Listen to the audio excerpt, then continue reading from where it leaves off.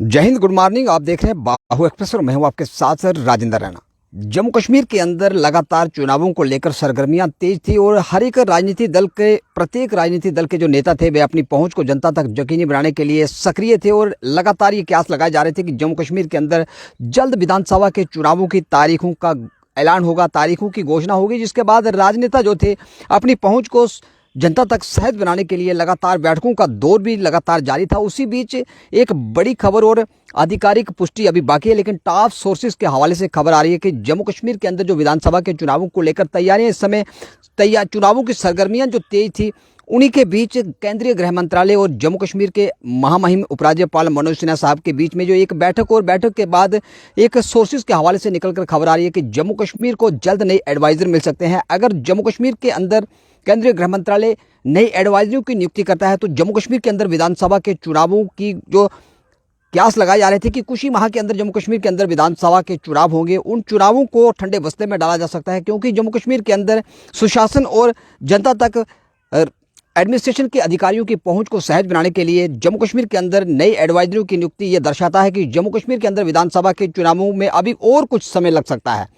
फिलहाल जम्मू कश्मीर का प्रत्येक राजनीतिक दल ये दावा करता दिख रहा था कि जम्मू कश्मीर के अंदर वह पूरी तरह से तैयार है। फिलहाल जम्मू कश्मीर के अंदर जितनी भी जो सरकारी तंत्र था, जितनी सरकारी एजेंसीज थी, उनके द्वारा गृह मंत्रालय को ये रिपोर्ट सबमिट की गई थी कि माहौल अनुकूल है और जम्मू कश्मीर के अंदर मौसम को देखते हुए कभी भी जम्मू कश्मीर के विधानसभा के चुनावों की तारीखों की घोषणा हो सकती है। और उसी बीच केंद्रीय गृह मंत्रालय द्वारा जम्मू कश्मीर के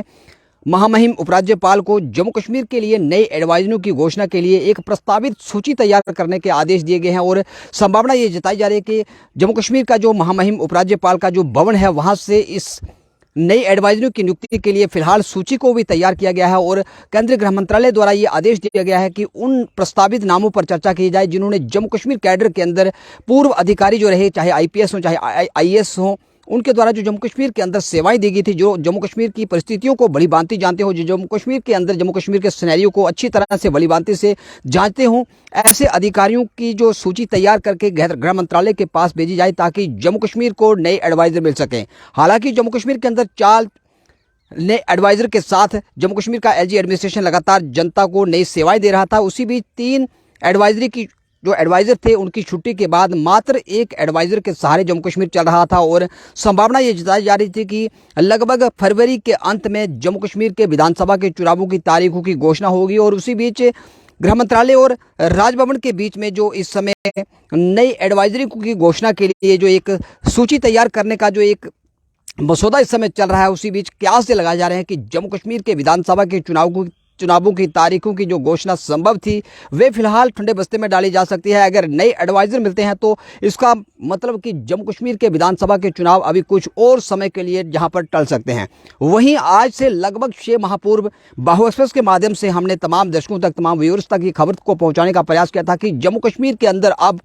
जोगी मॉडल यानी कि जोगी फार्मूला जहां पर जम्मू कश्मीर के अंदर लागू होगा। कोई भी जो देश के खिलाफ गद्दारी करने के लिए देश एंटी नेशन एक्टिविटीज़ के अंदर जो शामिल पाया जाएगा, उसके खिलाफ जो कार्रवाई थी जोगी मॉडल के तर्ज पर होगी। और उसी बीच जम्मू कश्मीर के अंदर रोशनी एक्ट के तहत जो प्रस्तावित भूमि हो, जम्मू कश्मीर के अंदर स्टेट लैंड हो, जम्मू कश्मीर के अंदर काट चराई की जो भूमि हो, जम्मू कश्मीर के अंदर वन विभाग की जो भूमि हो जिस पर अतिक्रमण किया गया था, उसको अतिक्रमण को हटाने के लिए पीला पंजा इस समय जम्मू कश्मीर के अंदर लगातार जारी है। और कश्मीर घाटी से लेकर जम्मू संभाग के अंदर बड़े स्तर के नेताओं के ऊपर, बड़े स्तर के राजनेताओं के ऊपर कार्रवाई हुई, जिसके बाद कई हजारों कनाल जो भूमि थी उसको अतिक्रमण से मुक्त करा दिया गया है। और बड़े स्तर के नेताओं पर बुलडोजर। महामहिम उपराज्यपाल मनोज सिन्हा का जो बयान जिसमें कहा था कि वह गरीबों को छेड़ेंगे नहीं और रसूखदारों को बख्शे नहीं, और रसूखदार जो थे वह बख्शे नहीं जा रहे क्योंकि एडमिनिस्ट्रेशन की तैयारियां लगातार जारी हैं। बुलडोजर टॉप क्लास के राजनेताओं के परिजनों के ऊपर चल रहा है। जम्मू कश्मीर के अंदर पूर्व मुख्यमंत्री हों, पूर्व मंत्री हों, बड़े स्तर के रसूखदार हों, बड़े स्तर के राजनेता हों, ऐसे राजनेताओं के ऊपर बुलडोजर लगातार चल रहा है। और बुलडोजर के चलने के बाद कई बड़ी तमाम दलों के नेता जो थे, कई एक राजनीतिक नेताओं के द्वारा ये भी कह दिया गया है कि अगर उनके पास स्टेट लैंड है अथवा सरकारी भूमि है तो वे उससे स्वयं ही कब्जा छोड़ने के लिए तैयार हैं। यानी कि कुछ लोग जो बुलडोजर के सामने नतमस्तक हैं और कुछ लोग बुलडोजर के सामने बुलडोजर को रोकने के लिए वहां पर लेटने का प्रयास करते हुए देखे गए। लेकिन बुलडोजर जो है कि वह जोगी मॉडल की तर्ज पर जे&के में लगातार जारी है और बड़े स्तर के रसूखदारों से कब्जाई गई सरकारी भूमि को मुक्त कराने के लिए लगातार एलजी एडमिनिस्ट्रेशन तत्पर है। और अभी जो 31 जनवरी जो डेडलाइन दी गई थी, 31 जनवरी तक सभी सरकारी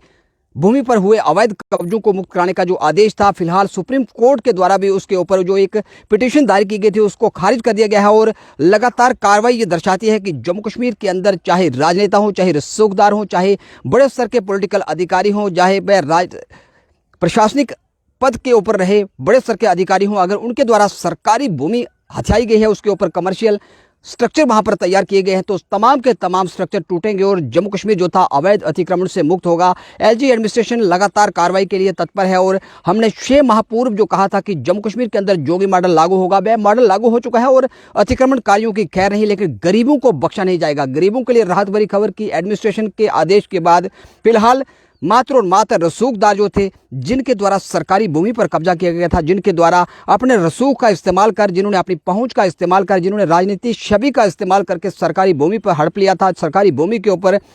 कमर्शियल पर्पस के लिए वहां पर स्ट्रक्चर तैयार किए थे, वहां पर सरकारी कार्यालय, अपने जो निजी कार्यालय वहां पर खोल दिए गए थे, निजी दुकानदारी उनकी जो चल रही थी, वे कार्यालय फिलहाल लगातार एक के बाद एक पीले पंजे की जद में आ रहे हैं। और पीले पंजे के अतिक्रमण के हटाओ अभियान के बाद जम्मू कश्मीर के अंदर गरीब जनता जो थी वह सहमी हुई थी और गरीब जनता को ढाल बनाकर के एक राजनेता सड़कों पे थे कि वे अतिक्रमण हटाने के इस अभियान को किसी भी कीमत में किसी भी सूरत में बख्शेंगे नहीं। लेकिन फिलहाल गरीब बख्शेंगे और रसूखदार छेड़े नहीं जाएंगे। तमाम अपडेट्स के लिए आप देखते रहे बाबू साहब वीडियो के साथ। बाबू के लिए मैं राजेंद्र राणा।